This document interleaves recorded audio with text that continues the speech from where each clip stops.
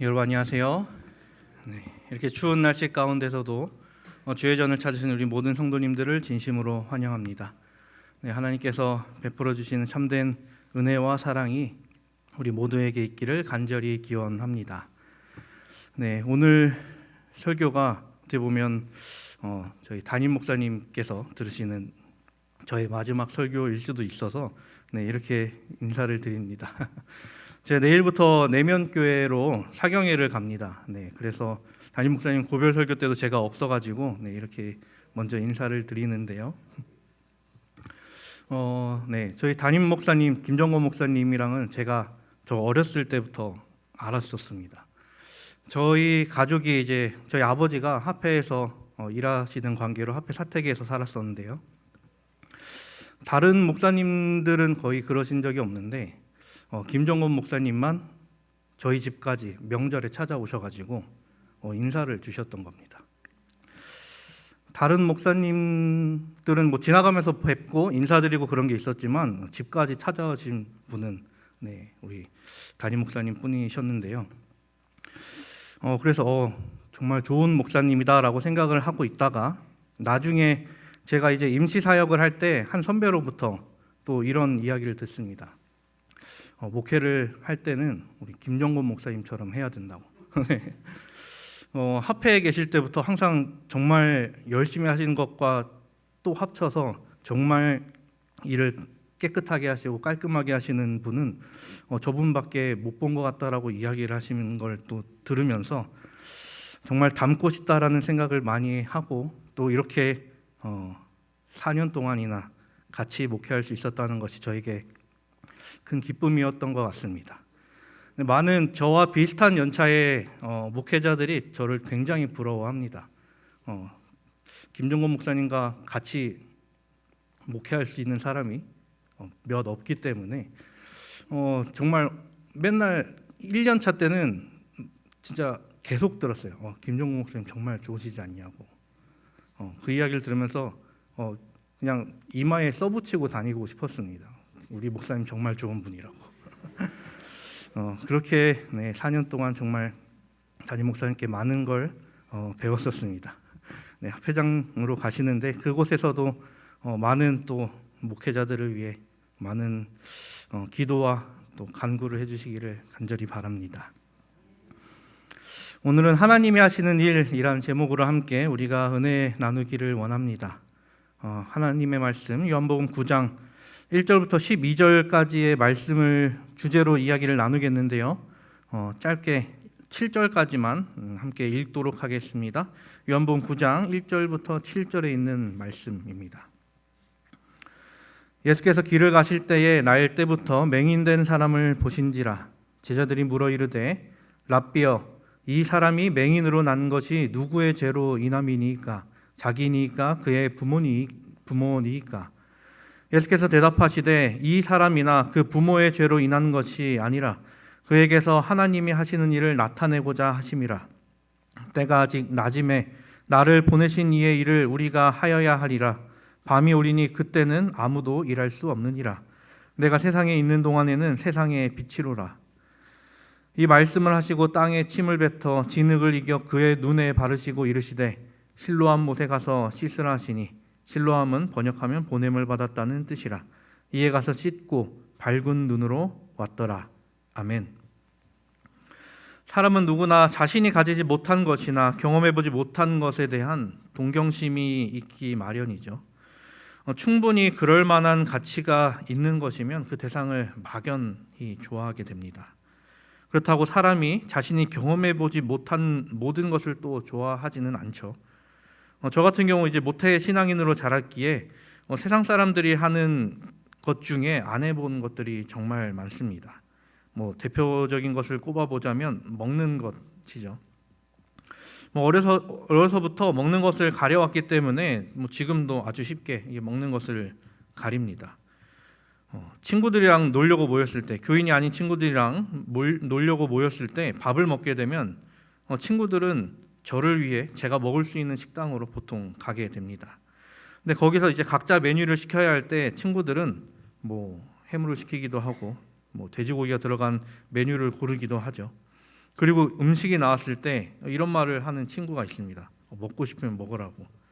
너 목회자인 거 아는데 내가 눈 감아 주겠다고. 그때 저는 무슨 생각을 했을까요? 애초에 저런 것을 먹어본 적이 없으니 무슨 맛인지 모르고 먹고 싶다는 생각이 들지 않았던 겁니다. 뭐 흔히들 하는 얘기가 있죠. 먹어본 맛이 무섭다고 하듯이 그걸 먹어봤어야 뭐 맛있는지 알지. 안 먹어봤으면 잘 모르는 것입니다. 그래서 제가 먹고 있는 것보다 저게 더 맛있는지 맛없는지 모르기 때문에 먹어야 할 이유가 없는 것이죠. 그런데 이런 음식 같은 것이 아니라 정말로 동경하는 것이 있다면 사람들은 그것을 이루려고 합니다. 하지만 그 동경과 내가 직접 그것을 마주했을 때에 그것이 다르면 또 실망을 하게 됩니다. 그래서 파리 증후군, 파리 신드롬이라는 말이 있습니다. 일본 사람들이 이 프랑스 파리를 굉장히 동경한다고 합니다. 그래서 많은 사람이 이 파리에 가는데 도착했을 때 파리 안에 그 유명하다고 불리는 그곳을 갔는데 자신이 생각해왔던, 자신이 꿈꿔왔던 이 파리의 모습과 너무 다른 모습을 보고 말죠. 거기서 단순히 크게 실망해서 두 번 다시 파리를 가지 않거나 뭐 욕하는 정도로 끝나는 것이 아니라 충격받아 그 자리에서 실신하는 사람이 있었다고 합니다. 내가 생각했던 파리는 이게 아닌데. 돌아와서는 난 파리에 갔다 오지 않았다고 하는 사람도 있다고 합니다. 그 기억을 그냥 지워버리는 것이죠. 사람의 동경이 언제나 완벽할 수 없음을 보여주는 방증이 아닐까 생각해 봅니다. 오늘 말씀에는 한 사람 이야기가 나옵니다. 성경에서는 그 사람에 관해 이야기하기를 날 때부터 맹인된 자라고 이야기를 합니다. 그럼 이 사람이 가진 동경은 무엇이었을까요? 우리는 흔히들 생각하기에 이 사람은 보는 것을 원했을 것이다 라고 쉽게 생각하고 넘어갈 수 있습니다. 그런데 과연 그러했을까라는 겁니다. 물론 보지 못해 겪는 많은 불편함을 생각해 봤을 때 이 사람이 원하는 것은 보는 것이 그의 목표의 1순위다라고 생각하기 쉽습니다. 그런데 한번 우리가 생각해 봅시다. 이 사람은 날 때부터 무언가를 본 적이 없었습니다. 이 본다라는 것을 경험해 보지 못했을 뿐 아니라 보게 될 것이다라는 희망조차 없었을 것인데 이 보는 것에 대한 동경을 얼마나 가지고 살았을까요? 물론 성경에 나타난 여러 맹인의 이야기를 보면 예수님을 배웠을 때 보게 해달라라는 사람들이 있었습니다. 바디메오라는 사람이 그러했죠. 그런데 맹인은 자기를 보게 해줄 사람을 찾아다니던 그 예수님을 찾아다니던 사람이 아니었습니다. 그냥 길 가다가 예수님과 제자들이 길 가다가 저 사람을 보고 저 사람 날 때부터 맹인된 사람 이렇게 이야기하던 그였던 것이죠. 이 사람에 대해 제자들이 예수님께 묻죠. 랍비여, 이 사람이 맹인으로 난 것이 누구의 죄로 인함이니까? 자기이니까? 그의 부모니까? 이 당시 사람들은 어딘가 몸이 불편하면 그는 죄인이야 라는 인식이 일반이었습니다. 그뿐 아니라 그 사람을 비난하는 것이 아무것도 아니라는 것이 지금 우리가 살아가는 세상과 정말 다름을 느끼게 되죠. 그런데 그 당시나 지금이나 몸에 어디 큰 불편함 없이 살아가는 것을 당연하다라고 살고 있습니다. 그런데 만약 우리가 갑자기 눈이 안 보인다면 어떨까요? 잘 흘러갔던 우리의 일상이 갑작스럽게 멈춰버리고 말 것입니다. 아무것도 하지 못하고 누군가의 도움을 받아야지만 뭔가를 할 수 있게 됩니다. 집 안에서 움직인다고 해도 내가 그 안을 내가 평생 살았던 집이라고 해도 수백 수천 번을 왔다 갔다 한 장소라고 할지라도 눈 감고 내가 이 집을 온전히 걸어 다닐 수 있는가 하면 어디 부딪히지 않고 다닐 수 있는가 하면 상당히 어려울 것입니다. 그런데 눈이 보이지 않는 것보다 더 큰 서러움이 그 뒤에 찾아올 수 있죠. 그것은 주위에 있는 사람이나 아니면 나와 아무 상관도 없는 사람이 나에게 던지는 말들일 것입니다. 어쩌다 그렇게 되었니? 뭘 잘못 먹었니? 뭘 잘못했니? 나는 아무것도 잘못한 것이 없는데 어느 날 갑자기 그냥 생겼을 뿐인데 주위에서는 뭐라고 이야기한다고요? 내가 뭔가 잘못해서 그런 일이 일어난 것이다. 이렇게 여겨버린다는 것입니다. 아마 이런 이야기를 들으면 처음에는 굉장히 서러웠다가 계속 그 이야기를 들으면 이게 세뇌가 되죠. 내가 정말로 뭔가 잘못했나? 내가 잘못해서 이렇게 됐나? 오늘 나타난 그 사람의 삶이 그랬을 것입니다. 이 사람은 그냥 그렇게 태어났을 뿐입니다. 그냥 눈이 보이지 않게 태어났을 뿐이죠. 그게 이 사람 잘못인가요? 아니면 이 사람 부모의 잘못이었을까요? 지금은 꽤 지났지만 우리가 코로나 때의 일을 기억해 보면 비슷한 일들이 여럿 있었습니다. 코로나에 전염되고 싶어서 전염되는 사람이 있었나요? 이게 뭐 사람이 많이 죽어난다라고, 치사율이 꽤 높은 질병이었고 후유증도 꽤 길었습니다.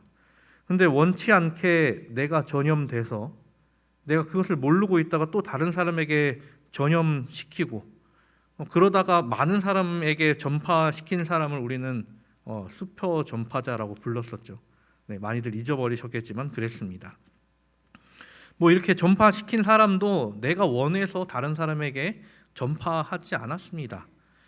그런데 뭐 실명까지는 아니지만 이 사람이 다녔던 경로, 뭐 이 사람이 사는 지역 이런 것을 공개해서 사람들로부터 좀 특정되게 돼서 손가락질 받는 사례들도 있고 인터넷에 그때 댓글에 막 욕을 올리는 사람들도 있었습니다.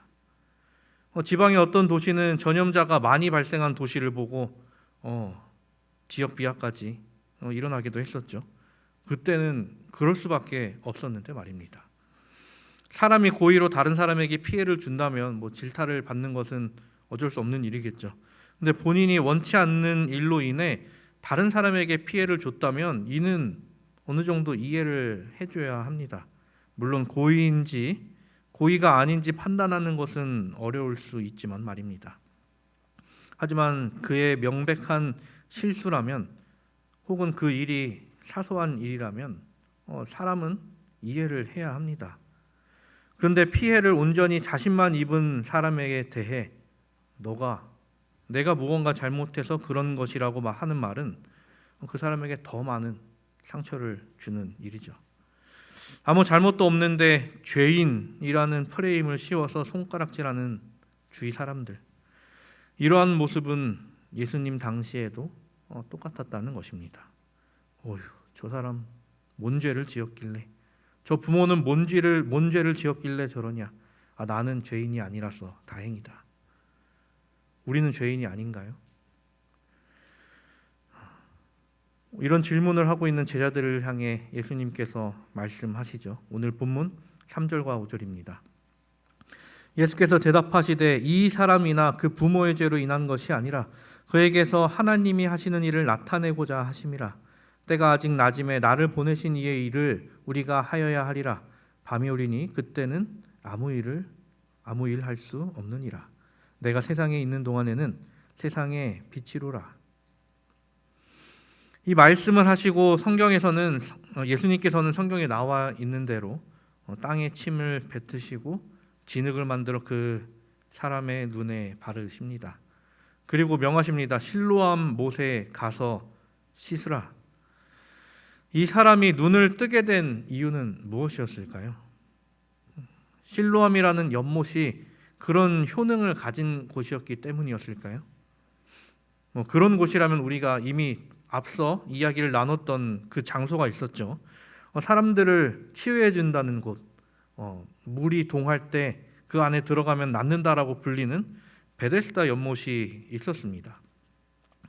이 베데스다는 성전 북쪽에 있었고 실로암 못은 성전 남쪽에 있는 연못이었습니다. 게다가 이 실로암은 자연적으로 생겨난 연못도 아니었습니다.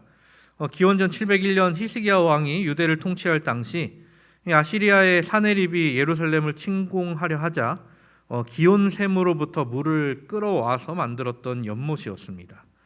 그래서 구약을 살펴보면 이 실로암과 관련된 이야기가 없죠.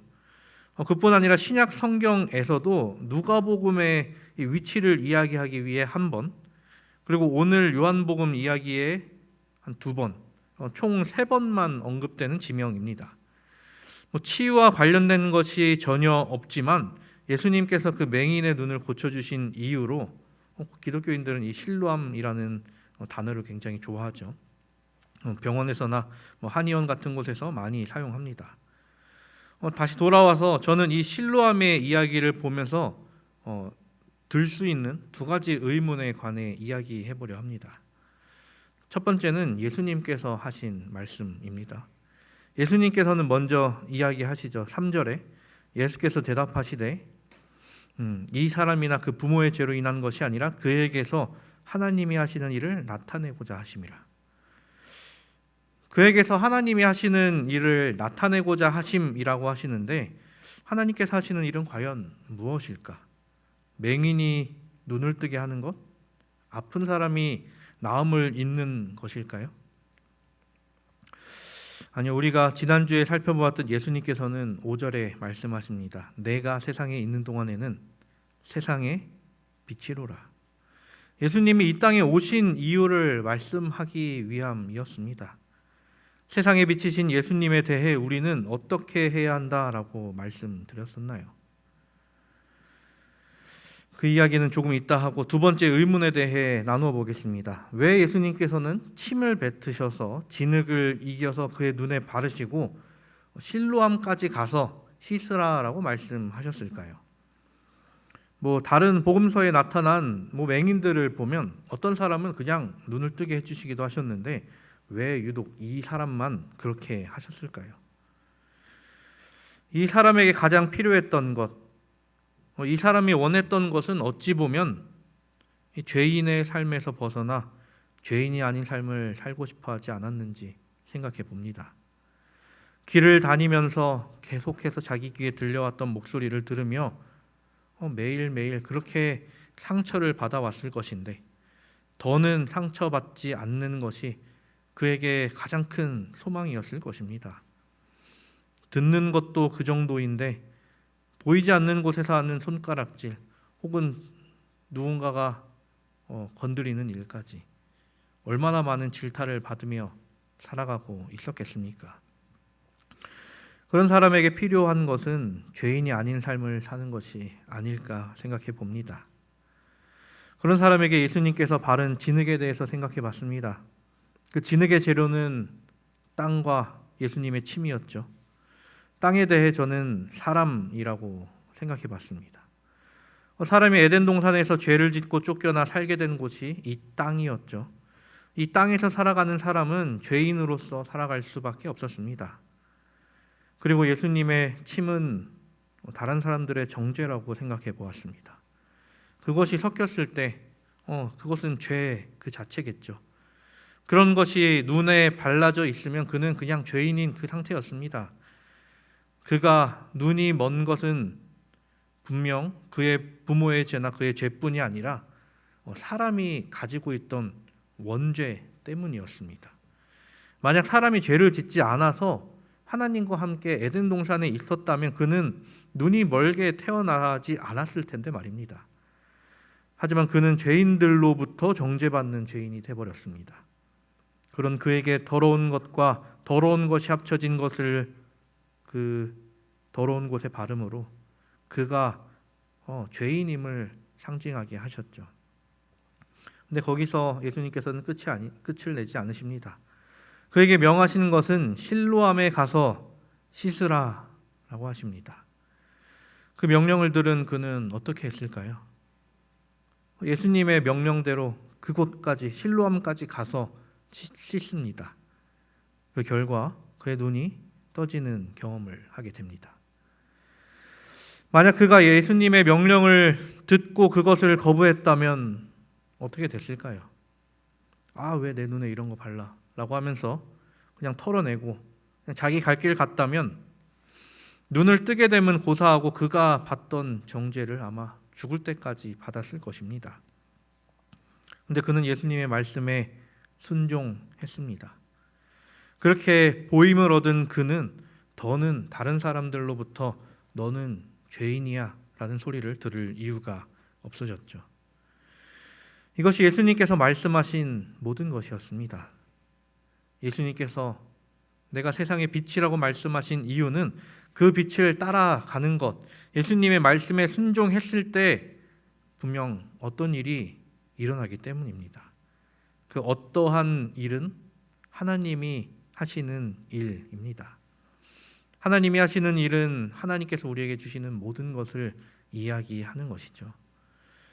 죄인으로 태어나 죄인으로 살아갈 수밖에 없는 우리입니다. 땅에서 태어나 더러운 것을 묻히고 살아가는 우리가 예수님의 말씀에 순종했을 때 그 다음 우리는 어떻게 될까요?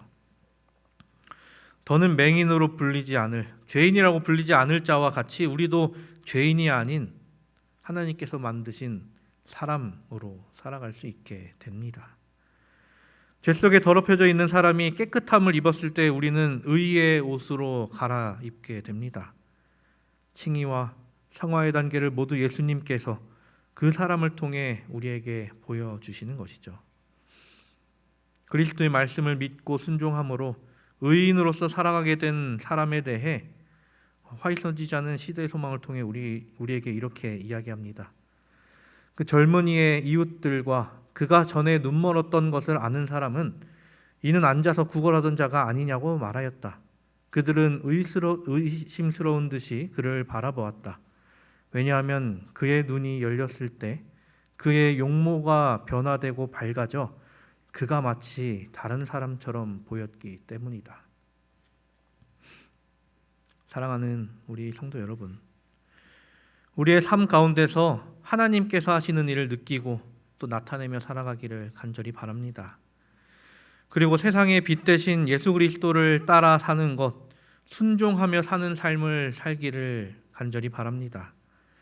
예수님께서는 눈먼 자를 통하여 하나님이 하시는 일을 나타내셨듯이 우리를 통하여서도 하나님이 하시는 일을 나타내실 것입니다. 혹시 우리의 삶이 무언가 묻은 것 같이 힘들고 또 어렵고 고되십니까? 아니면 나는 분명 예수 그리스도를 따라 살아가고 있는데 일이 잘 안 되는 것 같은 기분이 드십니까? 그것이 아마 정상일 것입니다. 예수님으로부터 실로암 못에 가서 씻으라고 명을 받은 그 사람도 실로암까지 가는 길이 과연 순탄했을까요? 이리 부딪히고 저리 부딪히고 가면서 또 사람들한테 한 소리 듣고 이제는 눈에 진흙도 묻히고 다닌다고 소리 듣고 실로암이 어디냐고 물어보면 그것도 모르냐고 또 한 소리 듣고 사람들이 야 그거 씻는다고 뭐가 되냐 라고 이야기하는 것을 듣고 또 이게 될까? 헛된 희망은 아닌가? 라는 생각을 할 수도 있습니다. 그런데 예수님의 말씀을 온전히 순종했을 때 분명 우리에게 이 세상에서 경험하지 못할 것을 우리가 누릴 수 있게 해주실 것입니다. 사도행전 590페이지를 통해 우리에게 이렇게 권면합니다. 그리스도의 참된 제자들은 쓰라린 투쟁을 통하여 그분을 따르며 극기하고 또 큰 실망을 경험한다. 그러나 이것은 그들에게 죄의 죄책과 비애를 가르쳐준다. 그리하여 그들로 하여금 죄를 혐오함을 가지고 보도록 이끈다. 그리스도의 고난에 동참한 그들은 당신의 영광의 동참자가 되도록 되어 있다.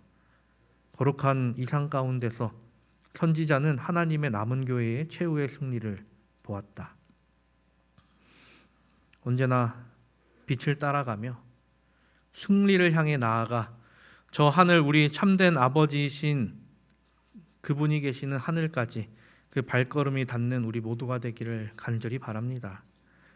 사람의 일이 아닌 나의 일이 아닌 하나님이 하시는 일을 통해 구원의 삶을 살아가는 우리 모두가 되기를 간절히 바랍니다. 그리고 이 모든 것을 받은 우리가 이것을 남들에게 비춰 그 사람들 역시 이곳에 오게 하는 것, 빛을 따라 걷게 하는 것, 그들이 입은 죄의 옷을 벗게 하는 것, 이 모든 것을 우리가 그들에게 베푸는, 그들도 경험하게 하는 그러한 삶을 살게 되기를 간절히 바랍니다. 하나님께서 우리에게 베푸신 모든 것들로 인해 우리에게 큰 기쁨이 있을 줄 믿으며 그렇게 살아가는 우리 모두가 되기를 바라며 말씀을 드리도록 하겠습니다.